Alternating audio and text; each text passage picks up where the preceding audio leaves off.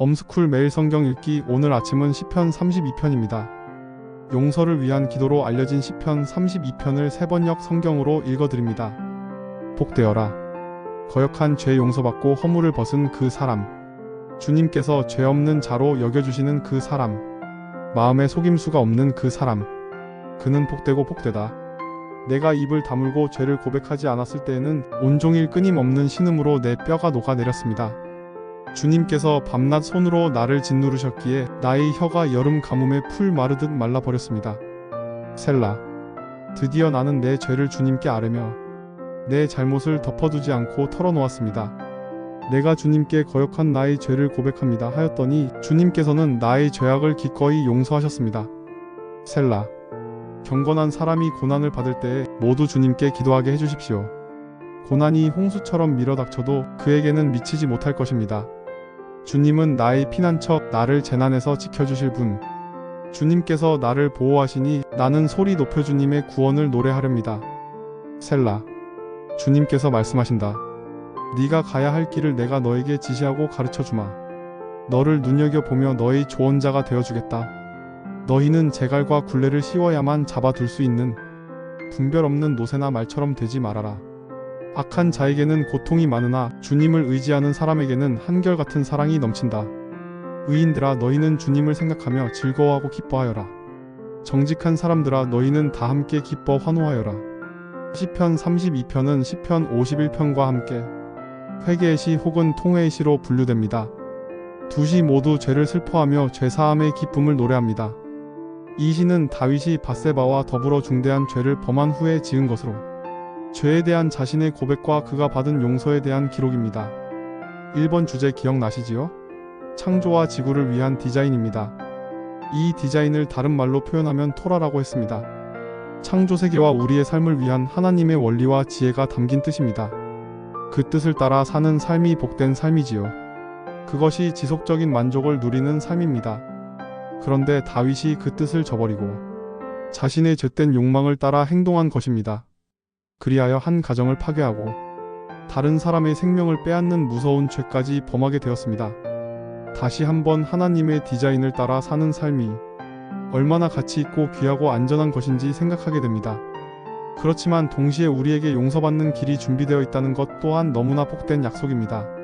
시편 32편의 내용을 보면 1절에서 5절은 용서에 대한 찬양이고 6절에서 11절은 권면과 교훈이라 할 수 있습니다. 시편 1편과 마찬가지로 시편 32편도 복 있는 자로 시작합니다.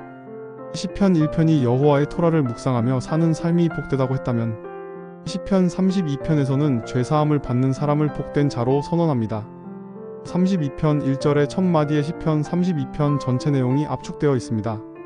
복되어라 거역한 죄 용서받고 허물을 벗은 그 사람. 그렇기에 시편 32편은 성경을 관통하는 7개 주제 중에 5번 주제인 그리스도의 대속을 통한 속죄와 연결하면 좋으리라 생각합니다. 용서를 위한 다른 방법은 없습니다. 오직 그리스도의 희생과 죽으심을 통해 우리가 거역한 죄를 모두 용서받고 씻겨질 수 있습니다. 1절의 허물의 사함을 받고에서 허물은 히브리어로 페샤입니다. 이것의 기본 의미는 반역입니다. 굉장히 강한 느낌의 단어입니다. 그래서 세번역은 어떻게 표현했나요? 복되어라 거역한 죄 용서받고라고 했습니다. 이 죄는 매우 고의적인 죄입니다. 단순한 실수나 부족함이 아닙니다. 다윗의 경우에서 보면 그는 밧세바를 범하고 그리고는 우리아를 불러들여 그 죄를 은폐하려 했습니다. 그러나 충직한 우리아에게 자신의 술수가 통하지 않자 결국에는 전장에서 죽이도록 하는 편지를 임봉하여 그 손에 들려보내지요. 이런 죄들이 바로 페샤입니다. 이것은 하나님에 대한 반역과 같은 죄입니다. 그리고 1절에 자신의 죄가 가려진 자에서의 죄는 히브리어로 하타입니다. 이것의 기본 의미는 관역을 마치지 못하는 것입니다. 빗나간 것이고 의무를 다하지 못한 것입니다. 이건 역시 죄입니다. 이 하타라는 단어가 구약 성경에서 죄를 나타내는 가장 일반적인 단어라고 합니다. 대부분 인간의 실패와 부족함을 의미할 때 이 단어가 사용됩니다. 이런 하타의 죄는 보통 우리 마음속에 자리 잡고 있는 악의 질투, 증오, 분노, 미움, 탐욕, 불친절, 사려 깊지 못함, 부주의함, 교만 등 여러 아름답지 못한 특성들에서 기인할 때가 많습니다. 그리고 자주 반복되기도 합니다. 외부의 유혹에 쉽게 공명하는 특성도 보입니다. 예측하기도 하지만 때로는 전혀 예측하지 못하게 일어날 때도 있습니다. 또한 잊지 말아야 할 것은 이 하타의 허물은 범한 죄에 대한 것만이 아니라 행하지 못한 것 또한 포함된다는 사실입니다. 마땅히 해야 할 책임이나 의무가 주어졌는데 이를 잘 행하지 못한다면 이 또한 하타의 허물을 범한 것입니다. 그래서 야고보서 4장 17절은 이렇게 말씀합니다. 그러므로 사람이 선을 행할 줄 알고도 행하지 아니하면 죄니라. 이런 죄가 바로 하타하로 불리는 죄입니다. 여기 사용된 죄는 헬라어로 하마르티아인데 히브리어의 하타하에 대응되는 단어로 보시면 되겠습니다. 3절과 4절에서는 고백하지 않은 죄의 고통을 강한 신체적 이미지로 묘사합니다. 우리말 성경으로 읽어드립니다. 내가 죄를 고백하지 않고 온종일 신음할 때 내 뼈들이 다 녹아내렸습니다. 밤낮으로 주의 손이 나를 짓누르시니 한여름 뙤약볕에 있던 것처럼 내 원기가 다 빠져버렸습니다. 다윗은 밧세바와 관련된 죄를 범한 이후에 대략 1년 정도는 외관상으로 별 어려움이 없이 지낸 것으로 보입니다. 하지만 여기 고백한 것처럼 극심한 정신적 번민과 그 결과로 이르러 오는 육체적 고통에서 벗어나지 못하였을 것입니다. 이런 상태가 어떻게 해결되나요? 다른 방법이 없습니다. 다윗이 그의 죄를 인정할 때에 비로소 해결됩니다. 그리고 5절에서 강조되는 것은 즉각적인 용서입니다. 내가 이르기를 내 허물을 여호와께 자복하리라 하고 주께 내 죄를 아뢰고 내 죄악을 숨기지 아니하였더니 곧 주께서 내 죄악을 사하셨나이다. 다시 읽어드립니다. 곧 주께서 내 죄악을 사하셨나이다. 오랜 시간 하나님이 이 순간을 얼마나 기다리셨을까요? 그리스도의 약속된 대속을 통해 이미 용서가 준비되어 있었습니다. 이미 준비된 용서가 다윗이 고백하면서 받을 준비가 되자마자 준비된 용서는 지체 없이 즉각적으로 주어졌습니다.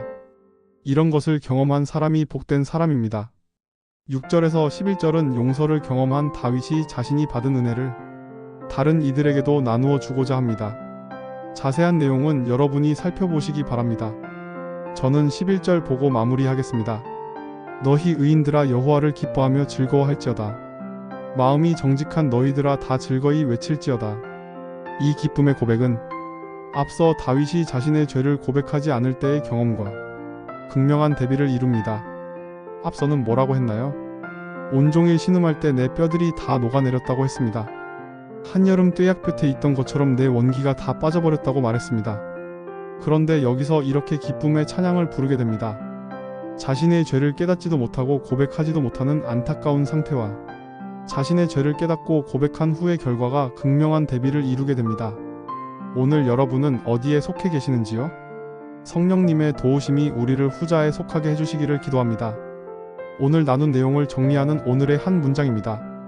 죄의 자각 없이 살아가는 평안은 진짜 평안이 아님을 기억하면서 다음 한 문장을 기도문처럼 작성해 보았습니다. 하나님이시여 나의 죄를 깨닫고 고백하게 하사 용서를 경험하며 기쁜 찬양을 부르게 하소서. 연관된 찬양은 계속해서 시편 주제가인 나의 힘이 되신 여호와여를 추천드리고 있습니다. 오늘도 주님 안에서 평안하시기를 빕니다. 감사합니다.